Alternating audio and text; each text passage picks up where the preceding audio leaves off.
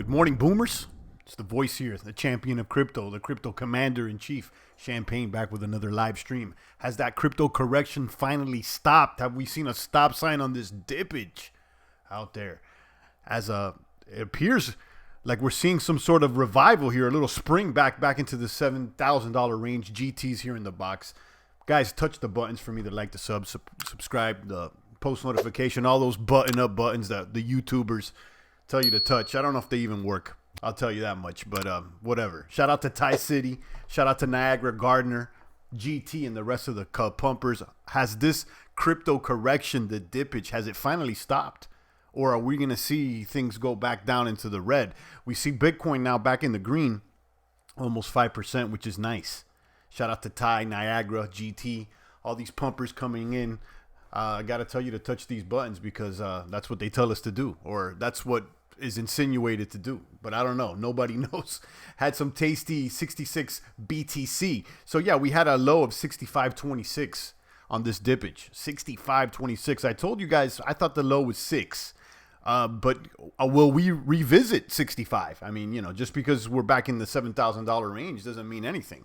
In fact, the $7,000 range looks a little uglier than the $8,000 and $9,000 range that we were in just a few weeks ago. Looks like the annual sell-off. Same thing last year, says Ricky Brown. Yeah, we talked about this last live stream.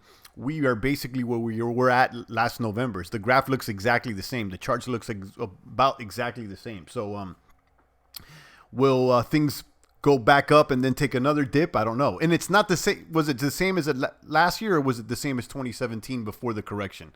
I got to check those live streams. So many charts that we came across. But yeah, we're at the same point that we were at before, and the fact that it's gone down and it may go back up before it goes down again. And I've said about an annual sell-off. I said this last live stream as well, as far as like people selling for the holidays. You know, some of these whales, there hasn't been that much northward action. If you've been hodling for a whole year and you picked up at $4,000 or $5,000 and the year's closing off, the bigs were at 8,000, 9,000, people probably are pulling out. So EMP says Niagara, yeah, you know, the stream may have been, you know, a little throttled out there, and you guys know the deal. So it is what it is. Why do I need to get 3 messages when started stream, says GT? Well, I'm glad that you got the message. I was trying to, I hit start streaming a few times, and I had technical difficulties here with this new YouTube layout for the live stream. So I had to start and stop a couple times. That's probably why it triggered those messages. But I'm glad that you're getting a notification. Kaboom. Kaboom to that. Let me drop a bomb. Stick says, word up, champ. And the Maniac, some people I follow said it needed another correction before going up again, so I'm chilled till the next episode. Yeah, I mean, I agree. Things, you know, I said 6,000, you know, and maybe it happens again. Let's check out the charts. You can see the chart here for Bitcoin on Coinbase is 72.31. Nice spring back after hitting 65.26 just a few hours ago. About 7-8 hours ago. So, I mean, you know, if you picked up 7-8 hours ago and then, you know, it's at 72 right now, if you're a day trader and you picked up, let's say, you know, at 66, 67, now you see it at 72, don't get greedy. If you're a day trader, again, I'm not anybody's crypto daddy. Maybe I should be, but, you know, shout out to Nakamoto. He's in the box. Let's check out today's math over there on CMC. Hit refresh. Guys, touch the buttons. I don't know if they work, but, you know, let's touch them. See, you know, at least they look good. 196 on the market cap worldwide, which is looking slim. It looks like all of crypto's in the fast, and I do agree with Ricky over here. Annual sell-off. Annual sell-off. It looks like, you know, if you've been holding the baggage all year and your intent was to try to, you know, make some profits this year with the bits, maybe people had those goals. I know certain people that did. You know, if they're, you know, you're closing off at the end of the year, you're seeing $8,000, $9,000. You picked up at 4 or 5, let's say. Maybe some people are taking profits. Maybe, you know.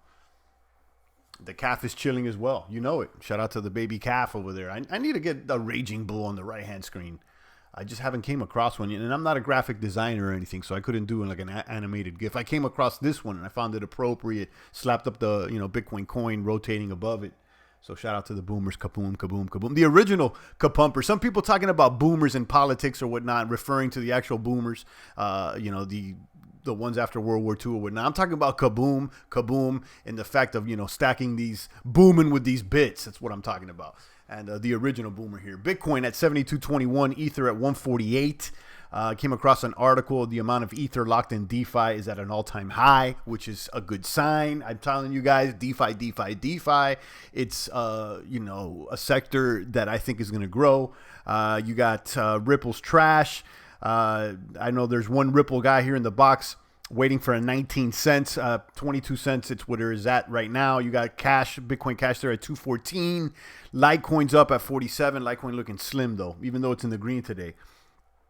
Binance at $15.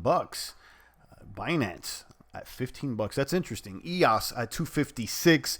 Satoshi Vision, somehow it stays there at number 9 at 106. Stellar at 5 cents. Tron at 1 cent. Cardano at 3. Leo at 90. And then you got Monero at 51. And Tezos, which made some strong movements these past couple days. It was like the only bull in a bear market. You have it trading at 127. Chainlink there at 231. I don't know if Chainlink is going to pump anytime soon. A lot of people were expecting that, but I think it hit its all-time high for the meantime. So what we need to get over 7.4K. Let's look at the chart in just a moment. I think, if we can go over 7.5, maybe we'll be in the path to 8,000. And you know what I've been saying?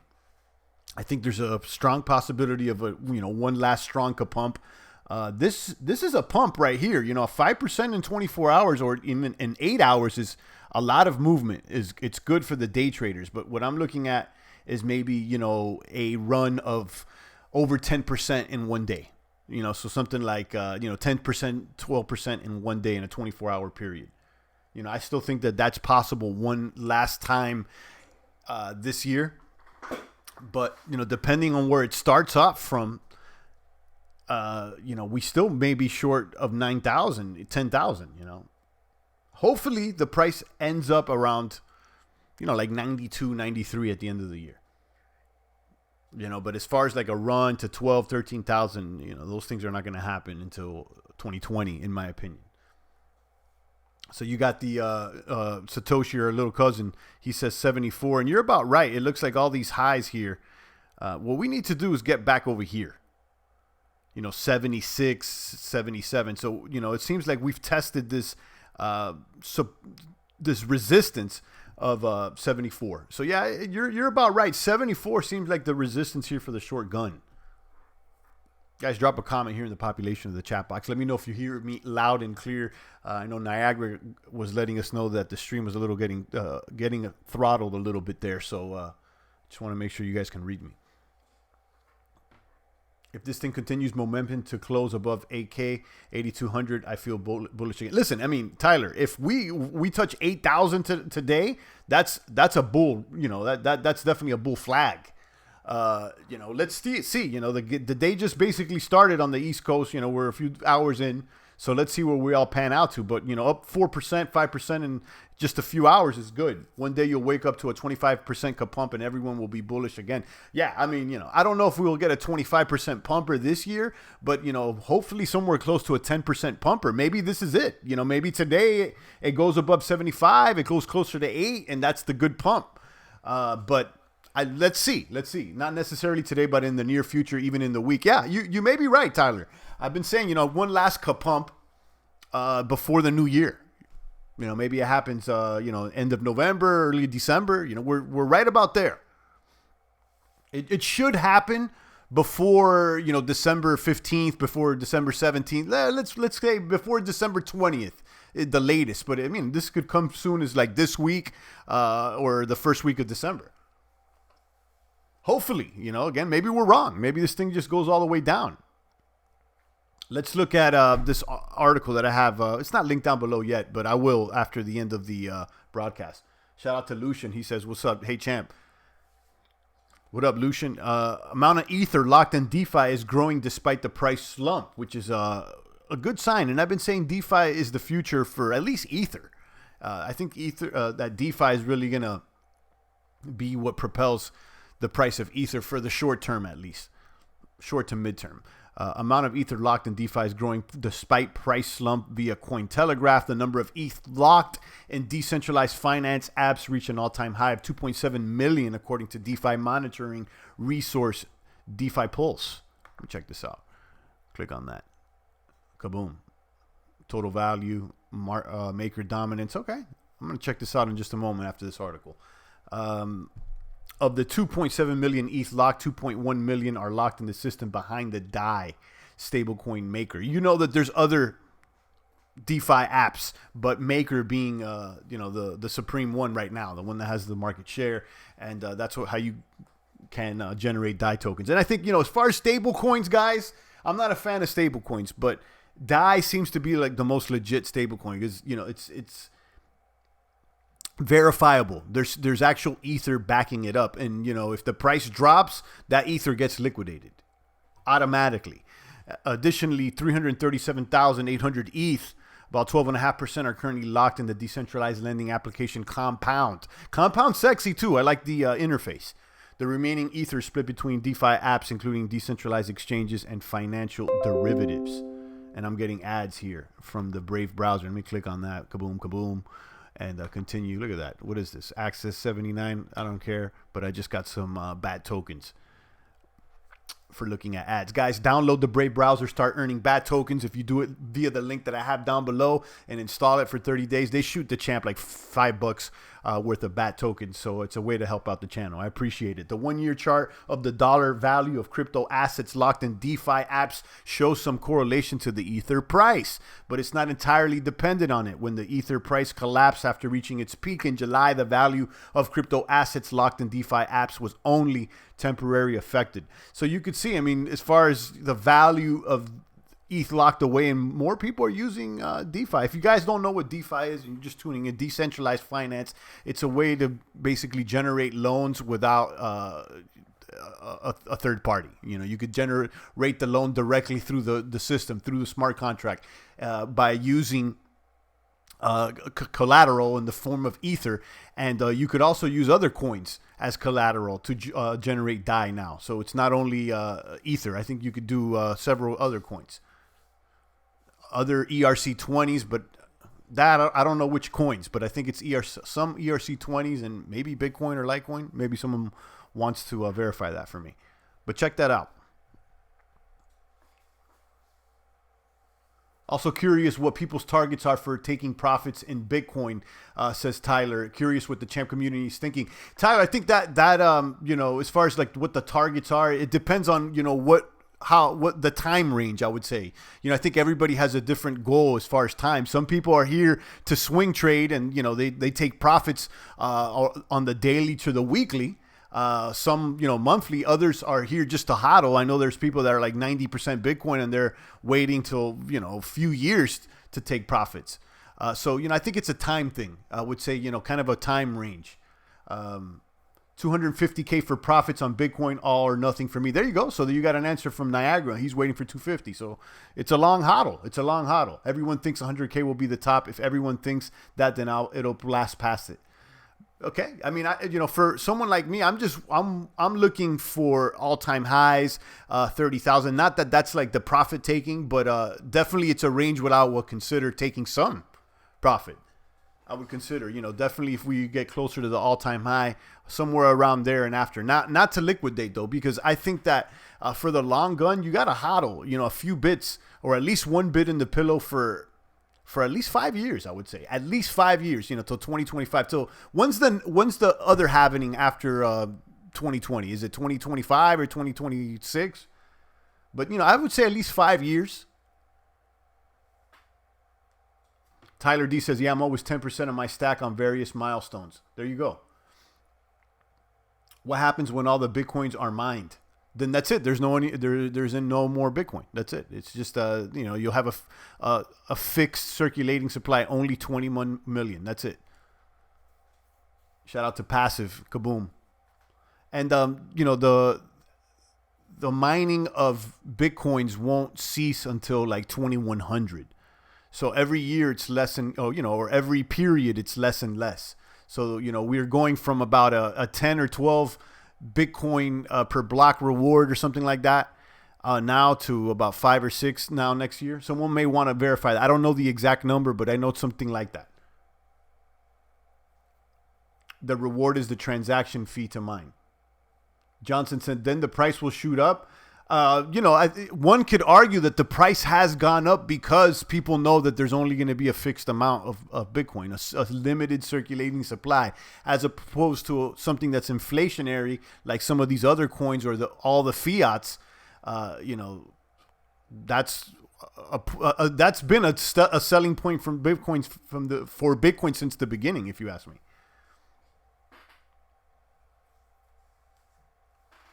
72.35. We're seeing a nice little run right here. This is a nice little almost 5% run today. And, shout out to those swing traders, those day traders. I mean, if you got a buy order in under 7, just a few hours ago, let's say about 7-8 hours ago, let's say you picked up at 68. The bottom was 65, but you can't time it perfectly. Let's say you picked up at 67, 68. Now you're seeing at 72. That's a $400 gain. I mean, there's some people that are swinging a few bits a day,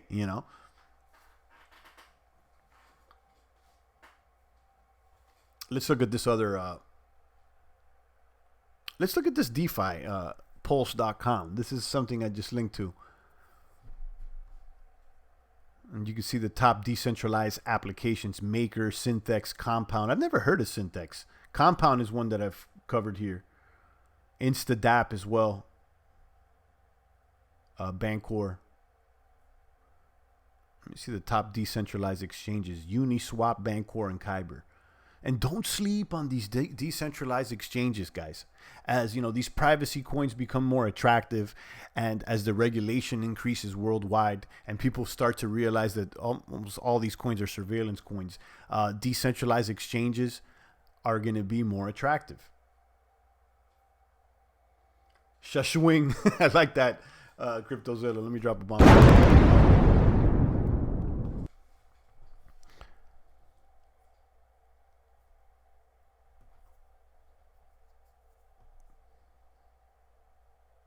Yeah, and then this links to the different decentralized application. Because, see, these dApps, these DeFi dApps, not only can you borrow stablecoin, but you could also lend. If you can go to, Compound, you can also lend out your ETH.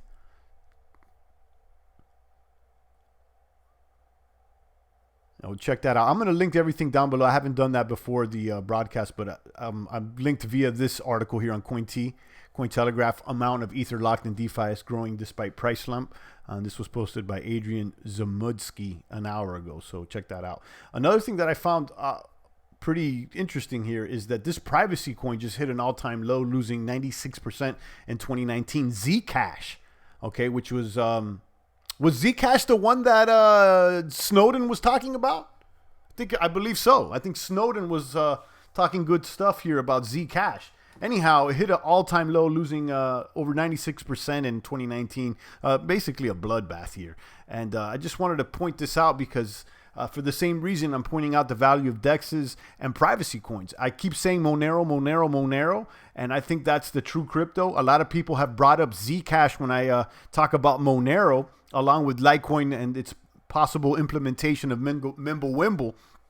But, I don't see how any of those options and alternatives are any better than Monero. So, Zcash lost 96%. This is the one that Zcash is on Coinbase, LOL. So there you go, Ty. There you go. Zcash is on Coinbase. And, Coinbase is basically an alphabet agency, if you ask me. Zcash might be a good buy, low circulating supply. Yeah, and not to be trashing the coin. I've heard okay things about it, but Ty does make a point here that it's on Coinbase, which could be a red flag. Anyhow, the question here is it gonna survive? And if so, is this the time to get in? Is this the bottom? Is this the rock bottom, all-time low? It seems like it definitely is an all-time low, but if it is an all-time low and the coin is going to survive, then this could be something to consider. Like Niagara Gardner says, it might be a good buy, not only because of the circulating supply, but because it's an all-time low. I don't know if this one's here to stay. And so I haven't found an argument of why to hold Zcash over Monero. So I won't be picking it up. I'll tell you that much. Only trash Ripple champ says Ty. Yeah, you know how I feel about Ripple. You got to trash Ripple. But I won't be picking up Zcash anytime soon unless someone convinced me otherwise.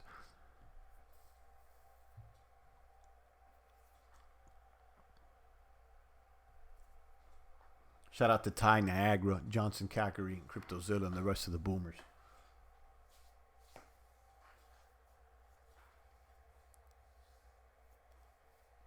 Is there any coin that's up today? Let's see what the movers and shakers are.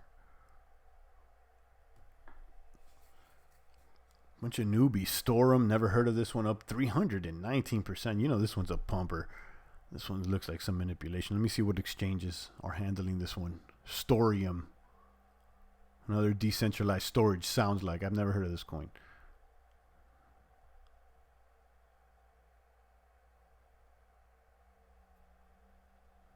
Storium's out there trading on see, like these exchanges I've never heard of. X stock.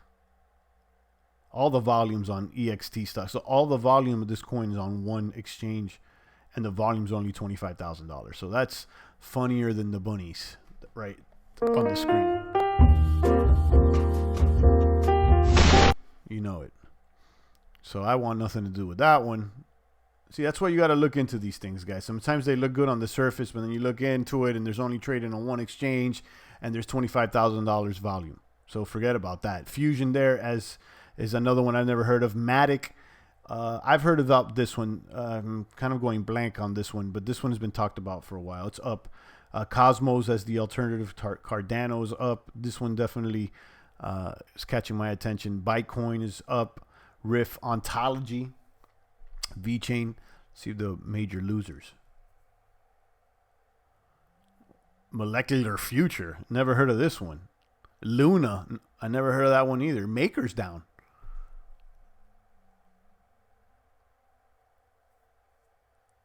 And ABBC coins down too. This one pumped for a while. Been using coinpaprika.com over CoinMarketCap lately. It updates automatically and gives percentage for 1 hour, 24 hour, and 7 days. Great. You know what I've been using as an alternative to CoinMarketCap is the TradingView chart. Here, let me go back to show it to you. I think I showed it one time. I didn't even know they had this screen. Internet going slow today. And we'll go into this article here by Magic Poop Cannon, why BTC set to fall to 3,000. I wanted to check that one out. But if you go to the markets here on the home page and go to overview, cryptocurrency overview, it shows you similar information.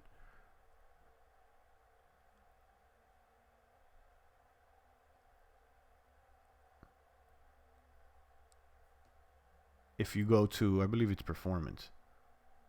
There you go. I like this. It doesn't show you 1 hour, 24 hours, 7 days. It shows you monthly, 3 month, and 6 month, year to date. So it's longer time period. But this is another alternative that I've been checking out.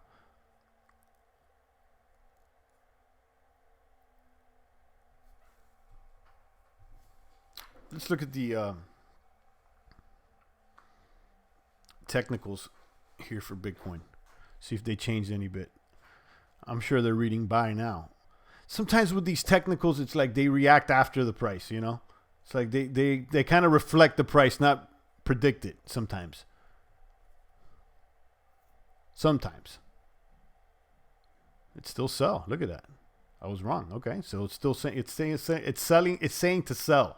So has things caught up to the technicals.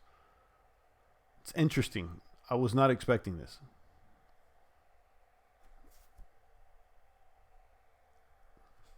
Shout out to Double X.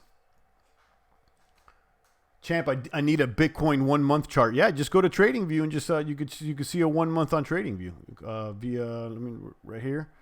Pull up the 1 month. You could do 1 day. Look at down here in the bottom left hand. 1 day, 5 day, 1 month. So here's a 1 month on Bitcoin. 1 month on Bitcoin is downward. So we could see back in October We reached the high of almost 10,000.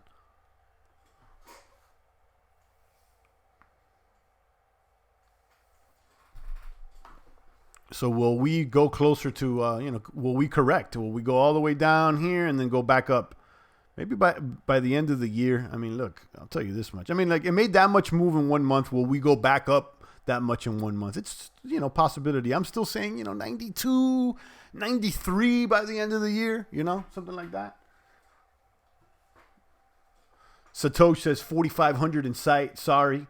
Listen, I'm going to be honest with you. I still think there's going to be some more blood this year. There'll be some green, one last green this year, but still more blood this year as well. So, maybe the blood will take us downwards. I don't know. Let's see what Magic Poop Cannon has to say. He's saying 3,000. Let me go ahead and pull that up.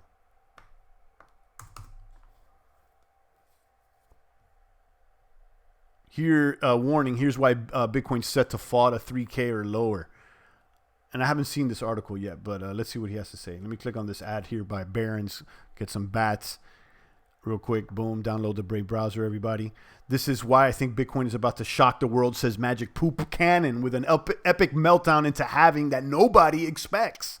Epic meltdown, he says. I'm sure many of you know that I don't really use Elliott waves too often, usually because I think it's too prone to misinterpretation. As an analyst, I like to keep things clear and simple on my charts, blah, blah, blah. Okay, let's get to the bottom line. Looking at the weekly log chart of Bitcoin, you can clearly see that Bitcoin has printed 5 impulses waves up. The first wave began at its creation, and the 5th wave ended at a high of 2017. Since then, Bitcoin has clearly been in an ABC correction phase. I mentioned this as a possibility in the past. Okay.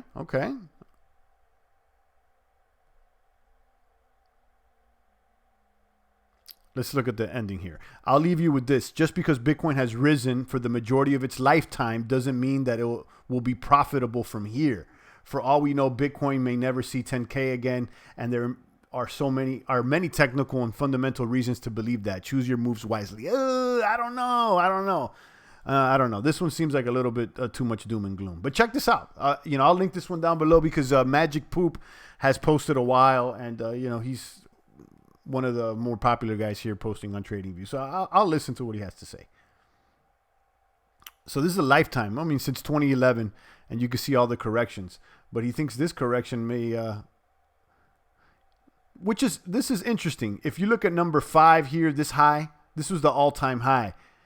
You could see that the run after that, B, fell short, which was the run that we had this summer at 13.8. So, because of that, I think he's implying that the price will continue going down towards C, which is around $1,600 on his chart. But I don't know. I don't believe this. I'm going to be honest with you. I'm not buying into it. I think that we're set to. It's a possibility that we could fall lower than what we hit just a few hours ago, 67. From here, until the end of the year, there's a possibility we can fall lower, but definitely not that low. I don't know, $1,600, guys. And I'll tell you why. I'll tell you why. I think that the most negative vibrations in crypto that we've experienced in the past few years were that after 2017, when things topped off and then it crashed down to 3,000, from 20,000 to 3,000, like about 85%. I don't see any things. I don't see the sentiment of the market any more negative than that it was at that period. So that being said, I don't see how the price could go lower than it did then, 3,000. It's not as much of a doom right now. People are definitely not as bearish as they were back then. But hey, maybe I'm wrong. Exactly. With all the Wall Street derivatives, how could Bitcoin repeat the past? So there you go. Yeah. And I agree about that. Will we see it, exponentially jump how it used to? I don't think so. What I think is what we're seeing here is a correction of the price, where Bitcoin's price is somewhere around $10,000, maybe a little less. And maybe some hype could take it over 10,000. But I think that the true price of Bitcoin is somewhere between $5,000 and $10,000, where we're at right now. Lucian says no matter what C will be, D will be huge. Yeah, that's what I think. I think D would be somewhere around, maybe. I think eventually Bitcoin will go over 20,000. May take longer, but maybe 30. I think that's the range I've always looked at. $1 trillion market cap for all of crypto, which could put Bitcoin around, a little over 30,000. So check this out. I don't believe this, but it's definitely worth the read. And, I keep, I look at everything, if people have some data and they're making an argument that sound not just trolling, because there's people that come in here and they'll troll and they'll say, it's all done with Champ, and stuff like that. But, I'll listen to Poop Cannon out there and see what he has to say. I disagree, though.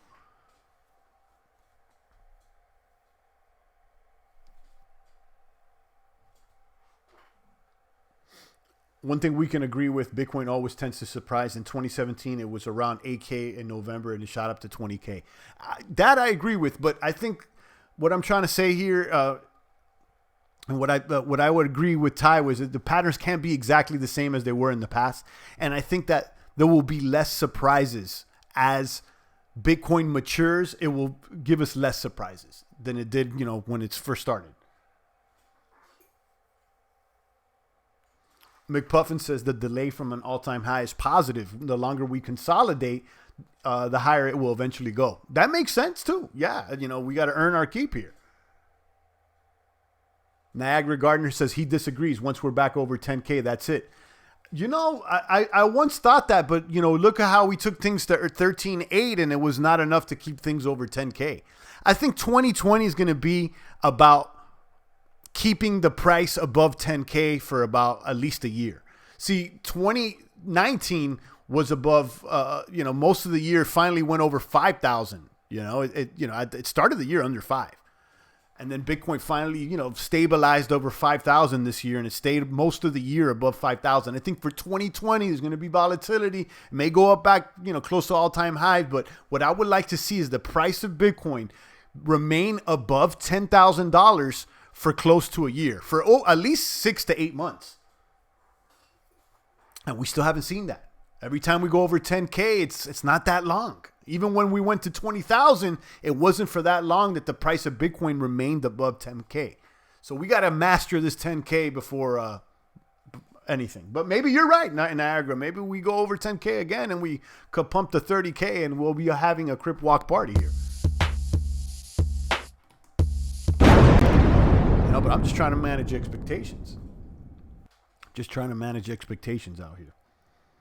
That being said, I'm looking at maybe, and I've said 16 to 22 for the halvening, but, now that we touch 67, 65, I think maybe more like 12 to 18 for the halvening. I think that I have to readjust. I'll reconsider that, but, right now I'm feeling like 12 to 18. Maybe we hit 14, 15 for the halvening, and that's what it is. And then we'll correct, and it goes back down to 11 or 12, and it stays at 11 or 12 for the whole year or something like that, which won't be bad.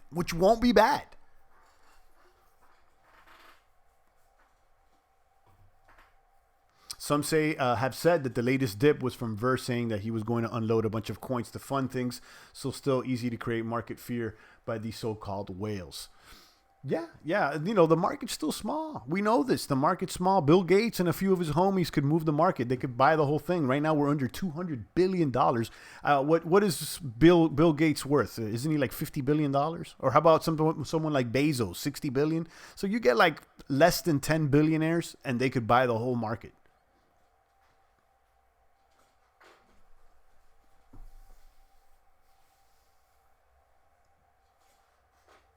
Keeping it real, says Ty. Yeah, that's the truth. I mean, look at the market. The total price is 196 billion. You could buy all the coins for 200, and then if you wanted to buy all at once, you could probably buy it for less than this. You can get at a discount. I'd say with $100 billion, you could probably completely crash the market. Apple's worth over 1 trillion. Yeah. Look, Apple probably has, and I don't know if this is true or not. I have no idea. I'm just, guessing. Apple probably has 196 billion in cash for all we know. I don't know. I know Apple has a lot of cash, like, you know, not credit. I'm talking about cash. Ty says the halving might be priced in. I think you're right, Ty. I think you're right. I think this halving is priced in. But all that being said, there's going to be some movement. There's going to be some hype. But I don't think there's going to be hype like people are expecting, you know, like to 20, 30K. I really don't think so. Maybe that hype will take us from 8,000 to 14,000 and that's it, you know. And let me tell you, if that happens, that's great. But, you know, like I said, you know, 12 to 18. That's how I'm feeling. You know, I may readjust it. You know, I've been sticking to about, you know, it's like 16 to 22 was what I've been saying for like the past few months. My price prediction of, you know, what we'll hit next year. But, you know, nowadays I'm feeling more like Ty, that the halving might be priced in and we may, you know, hit 12, 14, 15, maybe 16, but maybe not.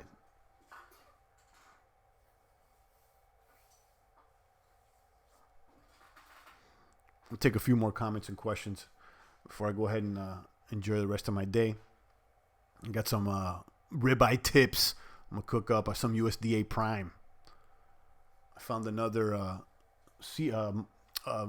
meat market. Sells only frozen meats and it's a little bit cheaper. But USDA Prime, they got grass-fed and it's flash frozen right there at the source. And that's how they're able to cut cost and provide a little bit cheaper price. And I'll tell you, it tastes really good. So I'll go to the store, I'll order, and then all these young, I don't even know if they're millennials. What do you call people younger than millennials? Zoomers? I don't even know what they're called. Maybe someone could, you know, fill me in. But I noticed one thing. People don't say thank you anymore. They say no problem. Have you people figured that out lately? I don't, you know, I don't, that's a thought that really hit me. These youngsters don't even know how to say thank you. They say no problem. No problem. And I was like, you know, is that because you've had so much, you've been exposed to so much problems in media or some, you know, or things that may trigger people and stuff like that. You don't even know how to say thank you. You say, listen, it's no problem. We're cool. I don't know. I may have to do, you know, it's a thought that I had and I want to, you know, build upon that. But, you know, if someone can chime in. Have you noticed that too? Like young people, they don't say thank you. They say no problem. And I know they mean it as thank you, but you know, words have meaning, you know, like what problem are you talking about that we don't have? Because usually it's like no problem. Like, look, I'm not going to rob you. It's no problem. But now it's like evolved into something else, like as a thank you. Like, you know, you should be thankful that I don't have a problem with you is what they're saying. I don't know. Anyhow, that's a whole nother thought on something else. They said you already know instead of you know. Yeah, that one too. I haven't gotten into thinking of what the difference is between those two terms. But yeah, you're right. But I'm specifically talking about of no problem. Or instead of you're welcome. Instead of so you say thank you. I'm describing it wrong. Instead of saying you're welcome, they say no problem. So I'll be at the meat market buying something at the cash register. They give me the money. I say thank you, no problem. So that's funny. They don't say thank you or you're welcome. Excuse me. Anyhow, I'm out of here, guys. Shout out to the 8 maniacs that stuck with this broadcast today. I think I got the point across. Prepare for possibly a little bit more downward pressure. 65 was the low, but maybe we'll see that again. I'm hoping that things will go over 75. ETH1 says, yes, no problems for they. Yeah, it's funny. They don't say you're welcome. They say no problem. They say I'm good if you try to talk to them. Yeah. That too. Yeah, I'm going to break it down. I'm starting to like really pay attention to words more often. I think I've shared a video of like words have meaning or the meaning of words. It's on my my Steam. Let me see if I put it up. Why not pull it up right now?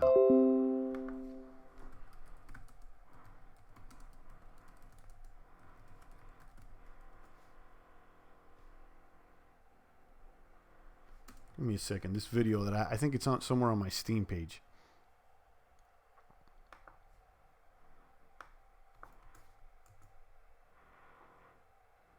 Yes, I'm running a Google search and Steam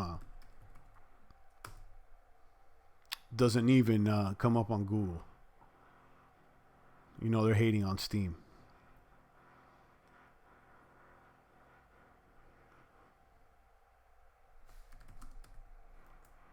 Now I want to find this.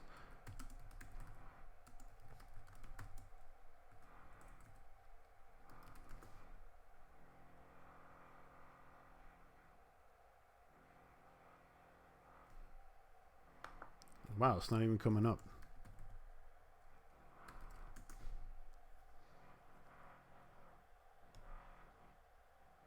Well, so much for that. I'll show it on another broadcast.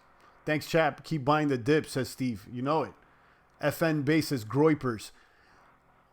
Is that term groypers only associated with like Fuentes and his crew? I've only heard that term associated with those people. So I don't know if that's the term that's being applied to people that are younger than millennials now. I don't know. Groypers. I've definitely seen that. I've noticed that globalists are all Jewish. Not all of them, but a significant amount.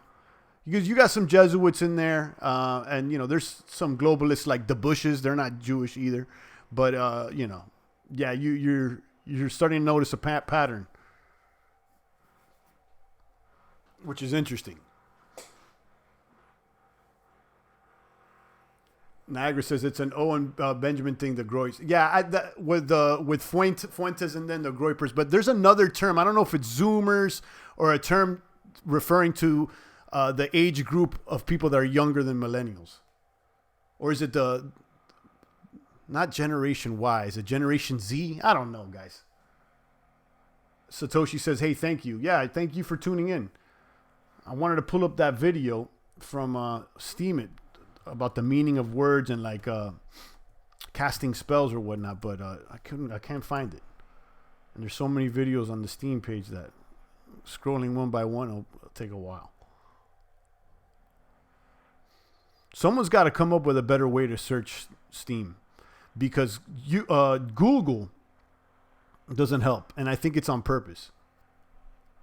They don't want to support Steamers.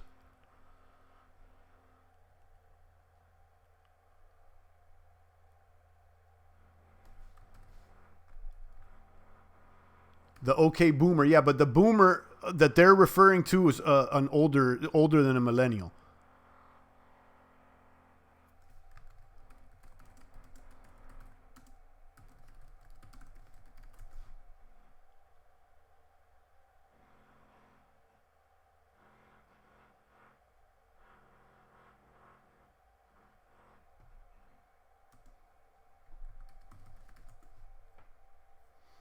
Kids are saying 40 is the new 60. That's funny.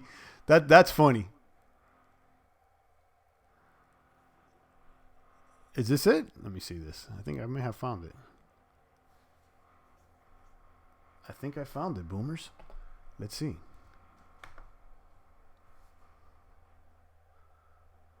The secret spells of the English language. Yeah, this is it. I think this is it. That's why I've been paying attention to words for a while now.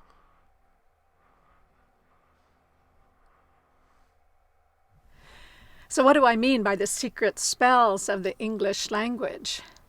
Well, let me share with you what I call our premier life sentence. And it goes something like this. We awake each morning and go off during the weekdays to earn the living at various jobs and undertakings until we come to the weekend. And this seems perfectly acceptable to most people. However, more people die between 6 and 9 on a Monday morning than any other time of the week. So I do what I call a translation of the English language, and I spell that Trance with the idea that words cast spells. So when you translate that life sentence, you remember that awake is a funeral party for the dead. Mourning is the state you're in when you attend a wake. And you would have to be in a weekdays to earn the living, since urns are for the ashes of the dead. We call our jobs undertakings. Job itself is a Hebrew word for persecuted.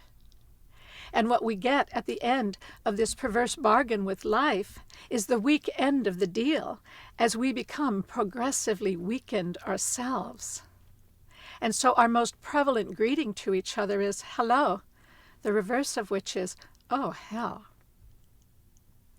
And at first, I suspected the hands of collusion entangling the language to foster illusion. And I think it's quite true that a culture's theology has a great deal to do with the word's etymology and how it evolves over time to combine incompatible meanings that may undermine the original thoughts it was meant to define. I'll leave it at that. I'm not going to play the whole video. You guys could find it there. The Power of Words on Steam. I posted it like almost 2 years ago. And I was referring to how the age group younger than millennials and millennials as well, instead of saying you're welcome, when you say thank you, they don't say you're welcome. They say no problem. So, I'm trying to find out why. It's something I really picked up on lately. Everybody's saying no problem. Is that just a slang thing, or is there a reason behind that? What problem are we referring to that we don't have in? That what problem? Why are you talking about problem instead of being thankful and welcome? I don't know. So find that out. I just wanted to share that thought. Main events here. Shout out to Satoshi, Dolphin 134, Johnson Cackery, and the rest of the pumpers. I'm out of here, guys. Enjoy your day. Go to the gym. I'll be back there tomorrow. It's the voice of the blockchain here, Satoshi's big cousin, cryptography's finest, Champagne Crypto. Thanks for tuning in.